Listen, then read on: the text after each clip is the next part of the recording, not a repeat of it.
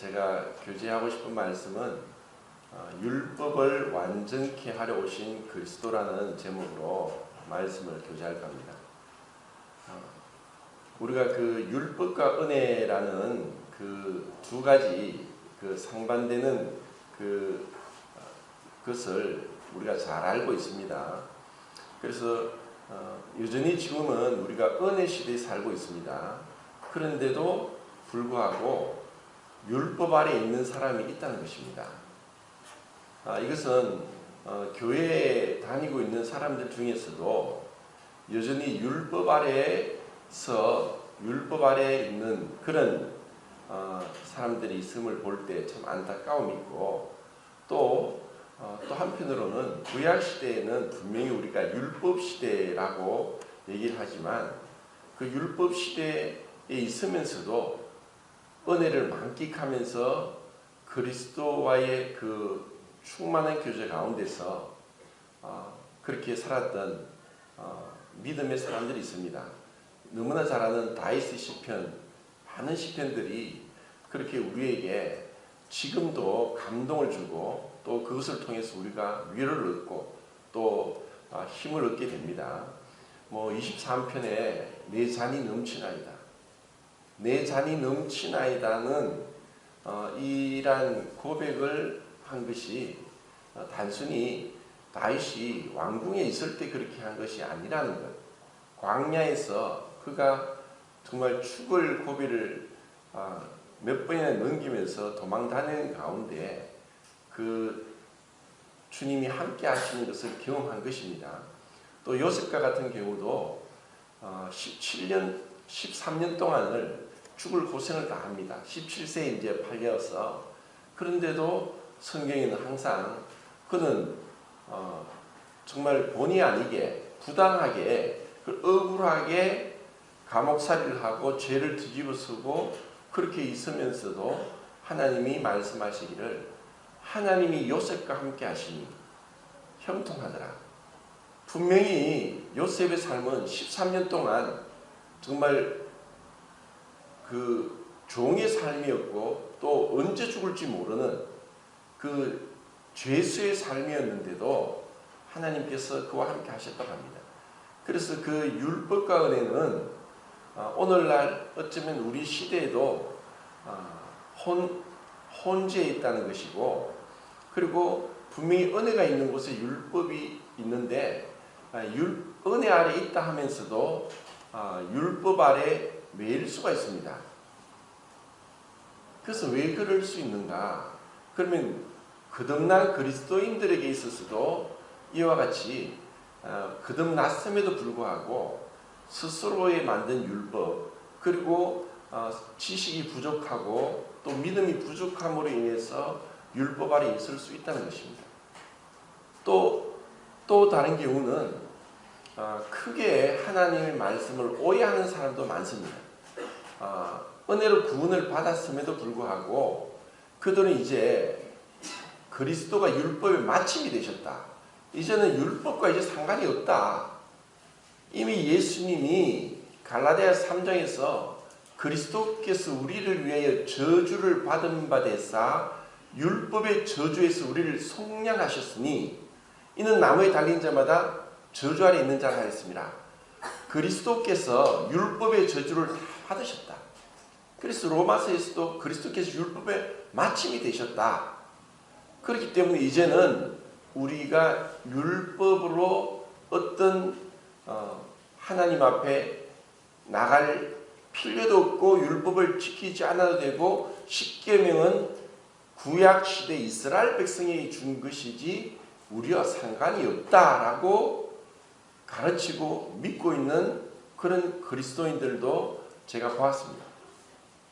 그럼 이것은 왜 이와 같이 그것은 분명히 잘못된 것입니다. 그것은 하나님의 말씀을 오해했고 그리고 하나님이 원래 우리를 부르신 그 부름의 구원의 목적을 모르기 때문에 그렇게 얘기하는 것입니다.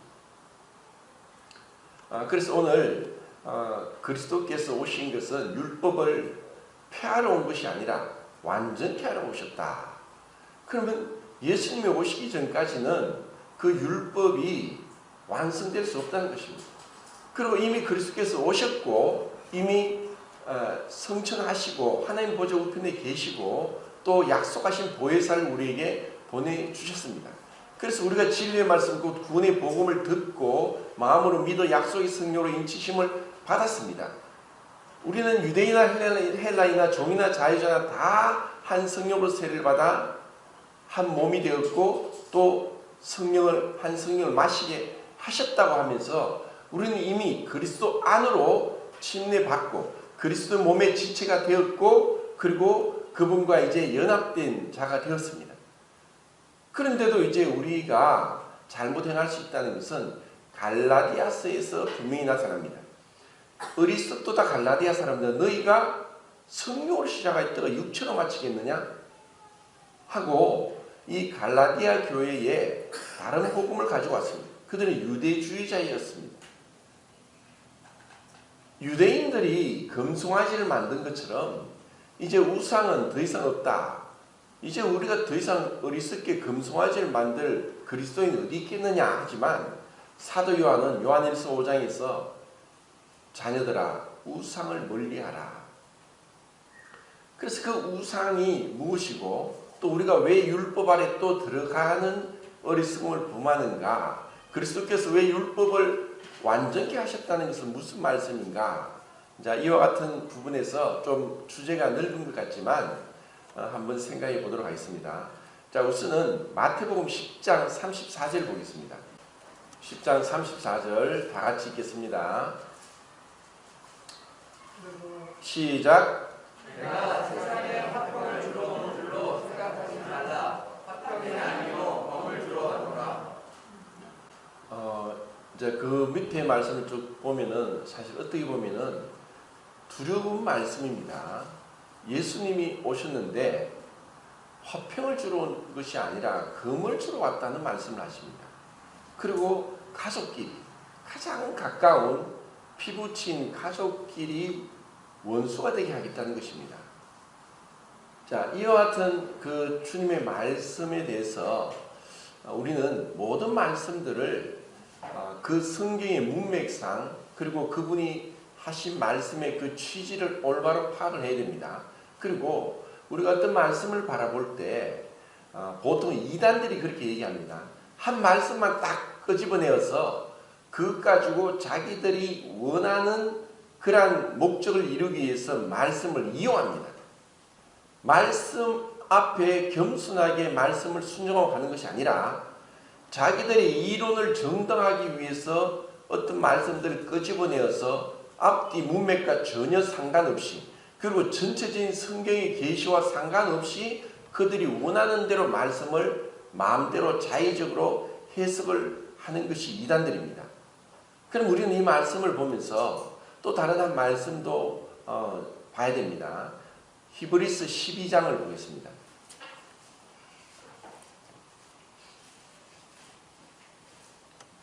12장 14절입니다. 자, 읽겠습니다. 시작. 모든 사람과 더불어 화평함과 거룩함을 따르라. 이것이 없이는 아무도 주를 보지 못하리라. 사실 이 말씀은 히브리서 12장에 있는 말씀은 우리 그리스도인 모두에게 하시는 말씀이고 12장의 주제는 자녀들을 향한 아버지 징계에 대한 말씀입니다. 그리고 또 10절에 보면은 아버지께서 우리를 징계하심은 우리를 하나님의 거룩하심에 참여하기 위함이고 그리고 그분의 뜻이 바로 우리를 향한 하나님의 거룩하심을 본받는 삶이라는 것을, 그렇기 때문에 징계가 필요하다. 징계가 없으면 사성하다. 너희가 육신의 부모라도 자녀를 키우는데 자녀를 마음대로 자기 하고 싶은 대로 그냥 내버려 두는 부모가 어디 있느냐. 그것과 같이 우리 영적인 아버지께서도 우리를 그냥 내버려 두어서 마음대로 살게 하지 않는다는 것입니다. 그래서 여기서 모든 사람으로 더불어 화평함과 거룩함을 쫓으라. 이것이 없이는 주를 보지 못하리라. 우리는 이 성경을 복음적으로 해석한다고 하면서 우리가 구원받고 천국 가는데 필요한 말씀들을 보고 있지만 모든 성경이 하나님의 말씀이고 그리고 이 모든 성경에 있는 것을 다 가르치고 행할 때에 그때 우리에게 하나님으로부터 칭찬이 있다는 것입니다. 그래서 정말 나에게 필요한 말씀만 듣고 그렇지 않은 것은 그냥 별로 생각지 않고 지나간다는 것도 분명히 우리 그리스도인의 자세가 아닙니다. 근데 분명히 여기서는 앞에서 읽은 마태복음 10장하고 또 여기 있는 말씀과 상반됩니다. 예수님은 화평을 위해 온 것이 아니라 금을 주러 왔고 우리 집안 식구끼리 원수가 되게 하기 위해 오셨다라고 말씀하셨는데 이제 히브리서 말씀에서는 너희가 모든 사람과 더불어 화평함을 쫓아라. 거룩함을 쫓아라. 이것이 없이는 주를 보지 못하리라. 라고 말씀하시니까 이러한 말씀들에 대해서 우리가 자칫 올바른 이 성경을 해석하고 그리고 하나님의 그 원래의 뜻, 왜 이렇게 말씀하셨는지 그 뜻을 우리가 올바로 분별하지 못하면은 우리 삶이 정말 열매 맺지 못하는 삶이 될 수 있습니다. 로마서 입장에서 우리를 구원하신 목적은 거룩함에 이르는 열매를 얻기 위함이라고 했습니다. 그리고 구약 성경에 하나님의 뜻을 한마디로 딱 집어서 말하면은 레위기 11장 45절입니다. 내가 거룩하니 너희도 거룩하다. 거룩하라. 그리고 신약 성경의 베드로전서 1장 15절 16절 말씀입니다. 내가 거룩하니 너희도 거룩하라. 자, 이것이 하나님의 말씀입니다. 그분의 뜻입니다. 자, 정말 이 복음이 축소되고 왜곡되고 변질되어서 이 복음을 우리가 정의할 때 구원의 복음, 이 말씀을 믿고 천국 가는 복음으로 제한을 합니다. 복음, 모든 말씀이 복음이지 내가 이 복음은 예수 믿고 제산 받고 천국 가는 것만이 복음이 아닙니다. 이와 같이 잘못된 복음을 들음으로 인해서 우리 그리스도의 삶이 어떻게 그리스도를 닮고 거룩함을 추구하는 삶이 되지 못하는 그런 안타까운 일이 일어났던 것입니다. 예수님이 처음 이 땅에 오셨을 때 성육신 하시고 정말 인간으로서 가장 나약한 모습으로 마리아의 몸에서 나셨을 때 그리고 완전히 무방비 상태로 태어나셨는데 사관에 누일 곳이 없어서 말 구유에 말이 먹는 그 밥통에 누일 수밖에 없었던 그 주님을 생각할 때 우리는 정말 머리를 숙이고 무릎을 꿇어야 됩니다. 그때 하늘에서는 영광이고 땅에서는 기뻐하심을 입은 자들에게 평화로다라고 말씀했습니다. 그분은 구약에 말씀했던 솔로몬, 평화의 왕, 그분은 평강의 왕입니다. 이사야 선지자가 평강의 왕이다. 영존하신 아버지다. 그분은 우리에게 참된 평화를 주게 왔습니다. 예수님이 오시지 않았더라면 우리는 평화가 뭔지 하나님과 원수된 가운데 있으며 그리고 사람과 사람 사이에서도 사실 내 마음과 맞는 사람이 아무도 없습니다. 어제 우리가 참 오랜만에 교회에서 결혼식이 있었습니다. 참 이것은 기쁜 일입니다.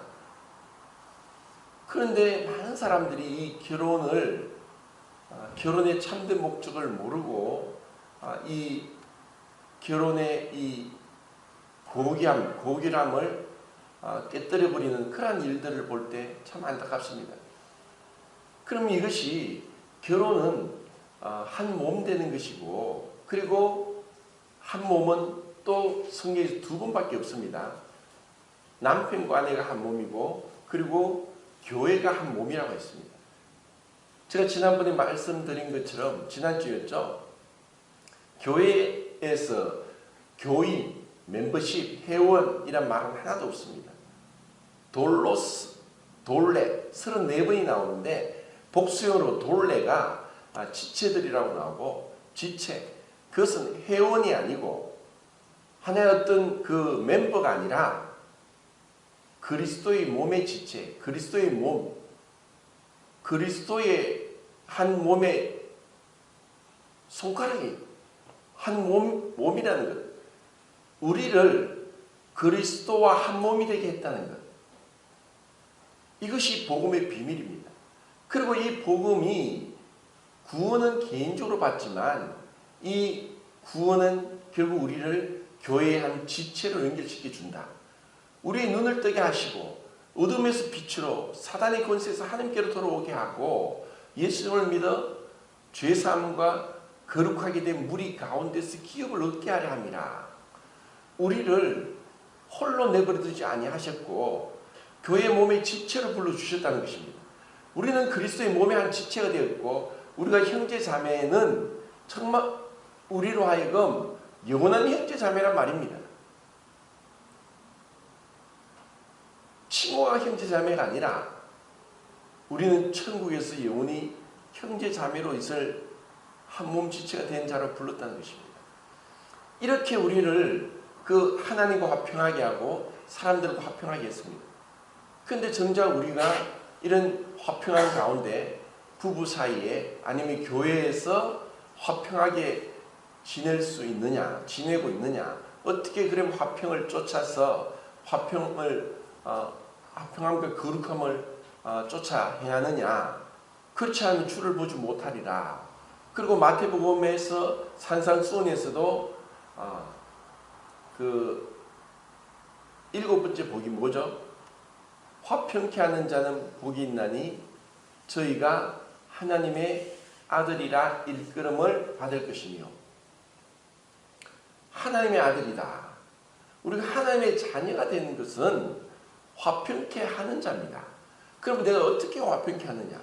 예수님이 우리를 화평케 하기 위해서 금을 주러 오셨다고 하셨지만 이제 우리가 하나님과 화평하게 된 자고 그리고 성도들과 한 몸의 지체가 되어서 화평하게 되었다면 이제 우리는 그리스도의 몸의 지체로서 세상 가운데 화평케 하는 자, 화목케 하는 직책을 받고 세상에 나가고 또 교회 생활을 하고 있습니다.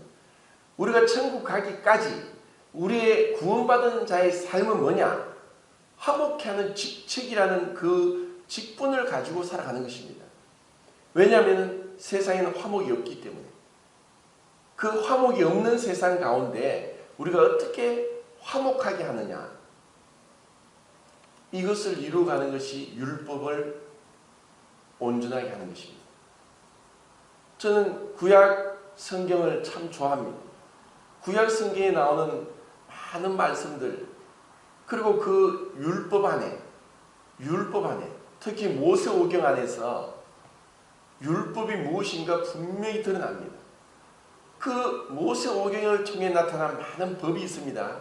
그래서 613가지라고도 이야기하죠. 365개의 금령이 있고 248개의 그 명령 계명이 있습니다. 행하라는 계명이 248개가 있고 하지 말라는 명령이 365개가 있는데 그 명령들 우리가 다 어떻게 합니까? 근데 그것을 하나하나 연구하고 묵상하고 할 때 무엇이 드러나느냐? 하나님의 놀라운 자비가 드러납니다.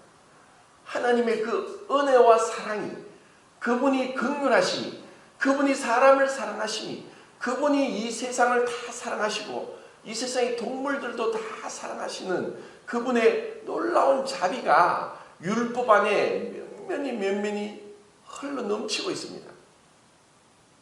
예를 들어서 너는 염소 새끼를 어미 젖으로 삼지 말라. 난데없이 왜 그런 말씀을 하십니까? 아니 염소 새끼를 어디에 삼든 그 어미 젖에 삼든 그게 무슨 상관입니까? 근데 왜 사람들이 그렇게 했을까요? 이 사람들의 중심은 자기입니다. 자기 입이고 자기 배고 자기 영광이고 자기 욕심입니다. 염소 새끼를 어미 젖에 삶아 먹으면 더 맛있다고 하니까 그들은 아무 상관없이 내 입만 즐거우면 되고 내가 맛있으면 되고 내 배가 부르면 되니까 그래서 염소 새끼를 어미 젖에 삶아 먹는 거예요. 하나님이 다 그들을 만드셨어요. 하나님이 주인이십니다. 근데 그분의 말씀이 그 말씀을 우리가 허투루 듣고 그것에 대해서 별로 개의치 않으면 하나님은 자비하신 하나님입니다. 요나스에 이스라엘의 원수인 아수르의 수도인 그 니느웨에 가서 복음을 전하라고 했습니다. 그래서 요나는 싫습니다. 우리 원수인데 그때 우리를 짓밟고 우리 원수인데 어떻게 그들에게 가서 복음을 전합니까? 가기 싫습니다. 도망갔습니다. 다시. 근데 하나님은 그를 다시 부르시는 거예요. 두 번째 다시 부르십니다. 그때 하나님 말씀하시죠. 니느웨에는 좌우를 분별치 못하는 자 12만 명이 있고 또 가축도 많이 있나니 라고 말씀했습니다. 하나님이 왜 가축에게 신경을 쓰십니까? 노아 방주에 사람은 8명 탔지만 동물들은 다 탔습니다. 정결한 동물 7상이 탔고 부정한 동물 2상씩 다 탔습니다. 사람보다 동물이 더 많이 탔어요. 사람이 존귀합니까? 동물이 존귀합니까? 사람에게만 하나님이 형상으로 만드셨어요. 사람의 죄를 위해서 수많은 양과 염소와 소가 희생되었어요. 사람의 죄 때문에. 우리가 하나님의 마음을 알면은 그 하나님의 그 뜻을 알고 하나님께 나가면은 우리 중심이 아니라 하나님 중심으로 나갑니다. 구원받고 천국 가는 게 좋다는 게 내가 천국 가서 좋은 게 아닙니다. 그곳에 주님이 계시기 때문이고 그 영광의 주님을 볼 수 있기 때문이고 그것이 주님의 영광이 되기 때문입니다. 나 같은 자가 천국에 가서 영생 복락을 누리고 이제 더 이상 죽지도 않고 눈물도 없고 고통도 없고 이 땅에서 다툼도 없고 그것이 천국이 아니라 그 영광의 주님 앞에 있다는 것이 그것이 천국의 기쁨입니다. 그 완전하신 분 앞에 있다는 것이 그 완전하신 분을 알 수 있다는 것이 그분을 더 알아간다는 것이 그분의 사랑을 지금 모르지만 그때 더 알아간다는 것이 그리고 그분이 이 세상을 창조하시고 이 세상을 만드신 그 모든 그분의 지혜와 그분의 그 인자와 자비가 이 만물에 어떻게 나타나는지를 알아간다는 것이 그게 천국의 기쁨입니다. 우리가 천국을 단순히 내가 내 중심에서 벗어나지 못하는 그래서 결코 우리가 신앙으로 자랄 수 없습니다. 사람 사이도 마찬가지입니다. 제가 어제 결혼 주례 말씀을 5분 안에 끝내라고 했어. 많은 말을 하고 싶었지만 50분도 하고 싶었지만 5분만 넘으면 사진을 못 찍기 때문에 빨리 끝내야 된다고 그렇게 해서 5분 만에 끝내지. 제가 이렇게 저렇게 어떻게 짧게 하려고 하다 보니까 그 5가지 생각났어요. 이것은 우리 모두에게 해당되는 말씀입니다. 이것이 없으면 화평함을 쫓을 수 없습니다. 이 화평함이 없으면 거룩함이 없고 그것이 없으면 주를 보지 못한다. 주를 보지 못한다는 것은 주님을 만나지 못하고 주님의 얼굴을 보지 못하는 것이고 주님이 기뻐하지 않는 것이라는 겁니다. 주님은 그 마태복음에서 그 말씀을 하실 때 그 주님의 말씀을 거절하는 자, 그분을 외면하는 자를 향해서 그들이 있음을 알기 때문에 여전히 마귀의 자녀들이 있기 때문에 그들은 이 화평을 거절합니다. 귀신 들린 자가 와서 뭐라고 했습니까? 복음서를 통해서 구약 성경 전체에서 거의 나타나지 않았던 귀신의 존재가 드러납니다. 왜냐? 하나님의 아들이 오셨으니까. 창조주가 오셨으니까 귀신이 알아본 겁니다. 귀신이 뭐라고 합니까? 귀신이 하나님 아들인 걸 압니다. 그런데 그 귀신이 뭐라고 했습니까? 당신과 나와 무슨 상관이 있습니까? 왜 때가 되기 전에 우리를 괴롭게 하려고 오셨습니까? 이게 얼마나 무슨 말입니까? 당신 나와 상관이 없습니다. 나는 당신하고 상관하기를 싫습니다. 아직 때가 되지 않았는데 그들은 알고 있습니다. 그들이 지옥 갈 것을 알고 있습니다. 그런데 왜 때가 되기 전에 오셨습니까? 지금 예수님도 우리에게 말씀합니다. 주님은 우리와 상관하기를 원합니다. 우리의 삶을 터치하기를 원하고 내 삶에 깊숙이 내가 아직까지 내 스스로 내가 가지고 있는 내 마음속에 품고 있는 내가 남에게 내주지 않고 내가 그것을 즐기고 좋아하고 추구하고 그것을 은밀히 즐기는 그 나만의 그 혼자 있는 그것을 주님은 터치합니다. 나와 함께 하자. 그것을 내려놓아라. 나는 거룩한 자다. 나는 죄를 미워한다. 그런데 이걸 내려놓지 못하는 거예요. 우리가 주님을 따라가기 위해서 그 율법 안에 그 하나님의 사람을 향한 인자와 자비와 사랑이 얼마나 무광이 넘치는가. 주님이 그렇게 말씀합니다. 너희들이 추수를 할 때 추수 다 하지 마라. 그냥 가다가 흘러 그 이삭을 일부러 떨어뜨리라. 밥 모퉁이는 베지 말고 그냥 내버려둬라. 왜? 가난한 자와 고아와 과부와 덜 짐승들이 먹을 수 있다. 주님은 그런 분입니다. 주님은 이 세상의 창조주고 아버지십니다. 이 세상 모두를 다 보고 계십니다. 우리가 우리 중심에서 또 우리 교회라는 이 지역적인 이 교회라는 이 테두리 안에서 이 세상 사람들도 가족을 사랑합니다. 자기 가족 사랑하지 않으면 정신병자입니다. 그런데 예수님이 뭐라고 했습니까? 너희 의가 바리새인과 서기인보다 낫지 못하면 천국에 들어가지 못한다고 말씀하셨고, 또 주님이 너희를 사랑하는 자를 사랑하면 너희 사랑이 무엇이겠느냐? 이방인들도 그렇게 하지 않느냐? 그래서 예수님은 내 원수를 사랑하라고 했습니다. 원수가 어디 있습니까?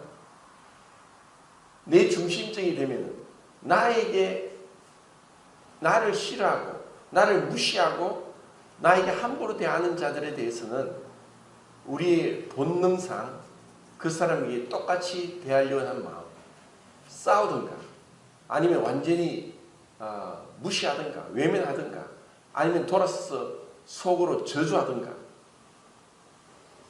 이것이 육신의 본성입니다. 그래서 이것은 바로 죄입니다. 이 죄는 결코 화목이 될 수 없습니다. 이 죄를 가지고 있어서는 화평이 이루어질 수 없습니다. 이것을 이기기 위해서는 무엇이 필요하냐? 자, 성경 한 군데 더 보겠습니다. 베드로전서 2장 11절입니다.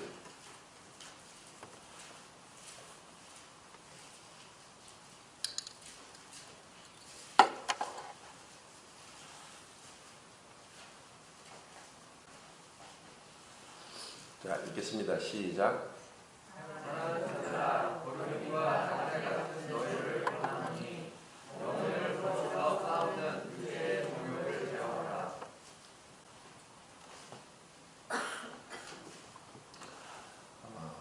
우리는 지금 나그네입니다. 아직 본향에 도달하지 않았습니다. 그래서 우리의 그 목적지가 가기까지 우리에게 해야 될 일이 있습니다. 나그네 여인 같은 자들에게 영혼을 거스려 싸우는 육체의 정욕을 제어하라. 여기서는 육체의 정욕을 제어하라고 했습니다. 제가 새 원수를 향하여 싸우는 방법과 싸우는 그 수단이 다르다고 말씀을 드렸습니다.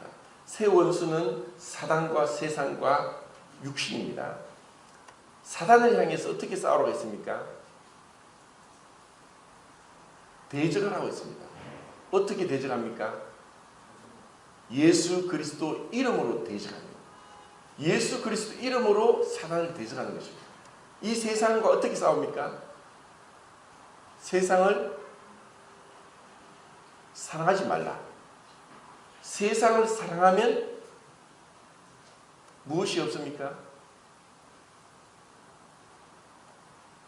아버지의 사랑이 그 속에 없다고 했습니다. 내가 아버지를 사랑하면은 세상을 사랑할 수 없어요. 두 사람을 사랑할 수 없어요. 신부가 두 남편을 사랑하면 그것은 이거는 완전히 이거는 엄청난 비극입니다. 우리는 아버지를 사랑해야 되는 거예요. 이 세상을 왜 사랑하느냐? 아버지의 사랑의 그 충만함을 모르기 때문입니다. 그럼 우리의 육신은 어떻게 육신과 싸웁니까? 그것은 바로 성령입니다. 영혼을 거스려 싸우는 육체의 정욕을 제하라. 어떻게 성령을 힘입어서 싸우는가? 이것이 우리의 그 신앙의 과제입니다. 이것을 올바로 우리가 이해하고 삶에 적용하고 해 나갈 때 우리는 이 육신의 정욕을 이길 수 있는 그 방법 그리고 그 길을 알 수 있는 것입니다. 자, 한 군데 더 보겠습니다. 갈라디아서 6장입니다. 6장 14절.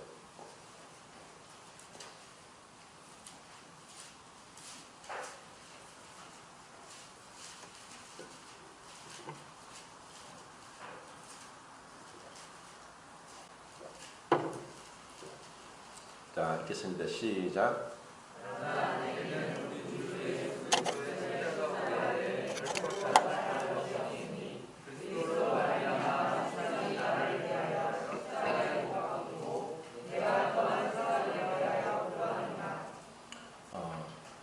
분명히 이제 로마서나 또 갈라디아서 말씀에서 또 골로새서 말씀에서 그 하나님께서 우리를 향한 그 구원의 길은 분명하게 제시되어 있는데 첫 번째 전가된 죄, 그 아담으로부터 물려받은 전가된 죄는 십자가의 그리스도의 피로서 우리를 정결케 하시고 전가된 의, 그리스도 의를 옷 입게 하심으로 이제 그저 값없이 우리가 다만 수동적으로 또 이것을 그냥 값없이 선물로 받게 되는 것입니다.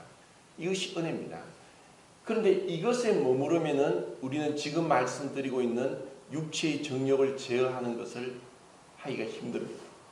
이 육체의 정욕을 이길 수 있는 힘은 바로 우리 안에 내재된 죄, 이 내재된 죄를 위해서 하나님이 하신 방법은 우리를 예수 그리스도와 함께 십자가에 못 박으신 겁니다.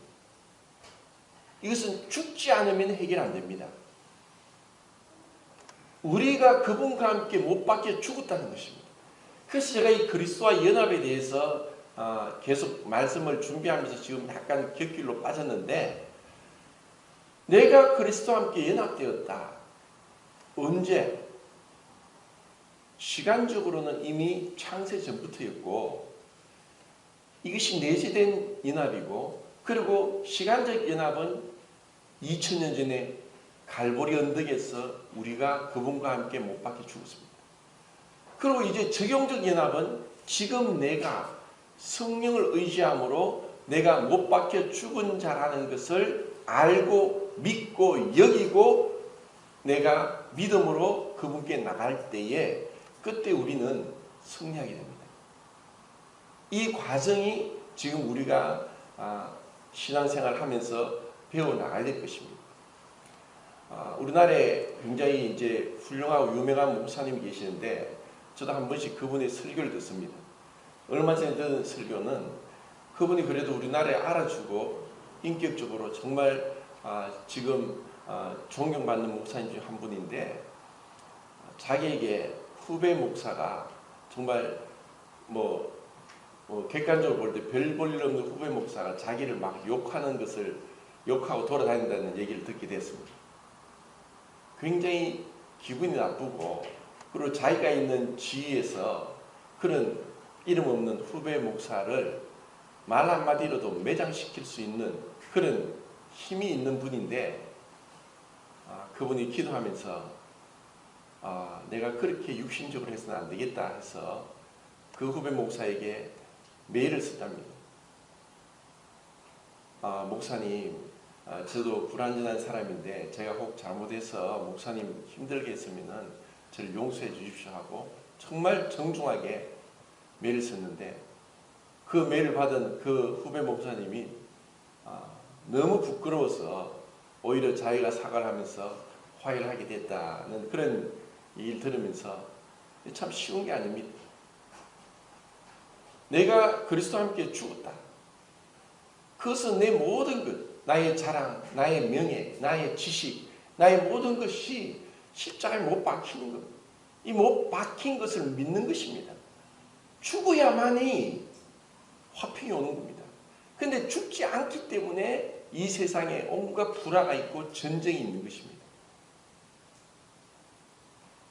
이것은 사람과 사람 사이에도 계속 일어납니다. 우리는 살아가면서 많은 이해관계 그리고 어떤 사건들을 통해서 그리고 각자 생각이 다 다릅니다. 저도 결혼하고 거의 지금 30년이 다 돼가는데 29년째입니까? 아직도 의견이 잘 안 맞아요. 같을 수가 없어요. 그런데 이것이 의견이 다르기 때문에 세상 사람들은 자기 의견대로 해서 남을 불쾌하게 합니다. 배려하지 않죠. 그리고 용납을 못해요. 그러니까 용납이 안 되니까 인내를 할 수 없죠. 그리고 가장 근본적인 것은 존중하지 않아요. 제가 지난주에도 말씀드렸습니다. 우리는 내가 재판장이 아니라 나는 율법의 준행자지 율법의 재판장은 하나님이십니다. 그래서 내가 지금 판단하려고 해서는 안 됩니다. 내가 이것저것 내가 보는 것은 불완전하고 온전하지 못할 것입니다. 그것뿐이 아니라 내가 주인이 아닌데 왜 남의 종을 두고 어떻게 할 수 없는 것처럼 주님 오실 때까지 우리는 기다려야 되고 그리고 우리는 외모로든 어떤 경우든 어떤 분이 여러 가지 허물이 드러났던 우리는 불쌍해이고 오히려 나도 그와 같은 범죄에 빠질까 두려워하면서 온유한 심정으로 그들을 위해서 기도하고 권면하고 하는 것이지 마음에 무시하고 판단이 되면은 존중이 되지 않고 존중이 되지 않으면은 말로써 함부로 하게 되고 그것으로 다툼이 일어나게 됩니다. 그 존중이 없는데 헌신은 절대 할 수 없습니다. 그 존중하기 위해서 정말 인내가 없이 내가 내 자신을 이 영혼을 거스려 싸우는 육체의 정욕을 제어하는 성령을 의지해서 성령의 인도를 받으면서 육체의 욕심을 이루지 않기 위해서 내가 내 자신을 쳐서 복종시키는 것이 없이는 인내가 없습니다. 그리고 인내를 하려고 해서 정말 하나님이 나를 용납하셨다. 나 같은 죄인을 용서하셨다. 내가 1만 달란트 빚져서 몇백억 빚을 졌는데 내가 갚을 수가 없는데 다 탕감해 줬어요. 근데 내한테 100만 원 빚진 자를 붙들고 내 빚 갚으라고 그렇게 멱살을 잡고 한다는 것은 하나님 볼 때 악한 겁니다. 내가 하나님으로부터 어마어마한 그 죄를 용서받았는데 너 누구를 용납 못합니까? 그래서 이 5가지는 배려와 용납과 인내와 존중과 헌신은 사랑의 5가지 그 감각입니다. 사랑의 5가지의 면을 우리가 거기서 볼 수 있습니다. 이렇게 할 때 우리는 화평을 쫓고 거룩함에 이를 수 있는 것입니다. 이렇게 점점 주님의 그 거룩함을 닮아가는 것입니다. 나에게 어떤 여러 가지 그 참을 수 없는, 사실 직장 생활을 하면서 어떤 일보다도 더 어려운 게 뭐냐? 인간관계입니다. 직장 상사나 동료나 아니면 심지어 요즘은 까마득한 후배조차도 위아래 없이 지할 말 다 하고 함부로 하고 이것 때문에 스트레스 받고 힘들 수 있습니다.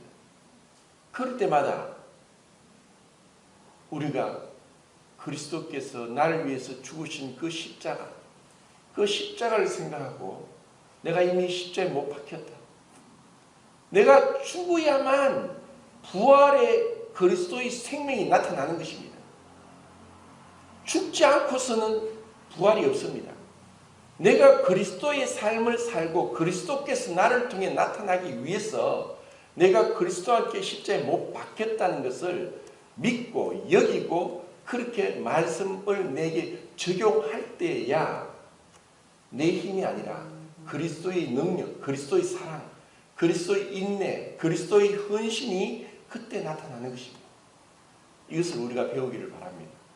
감사합니다.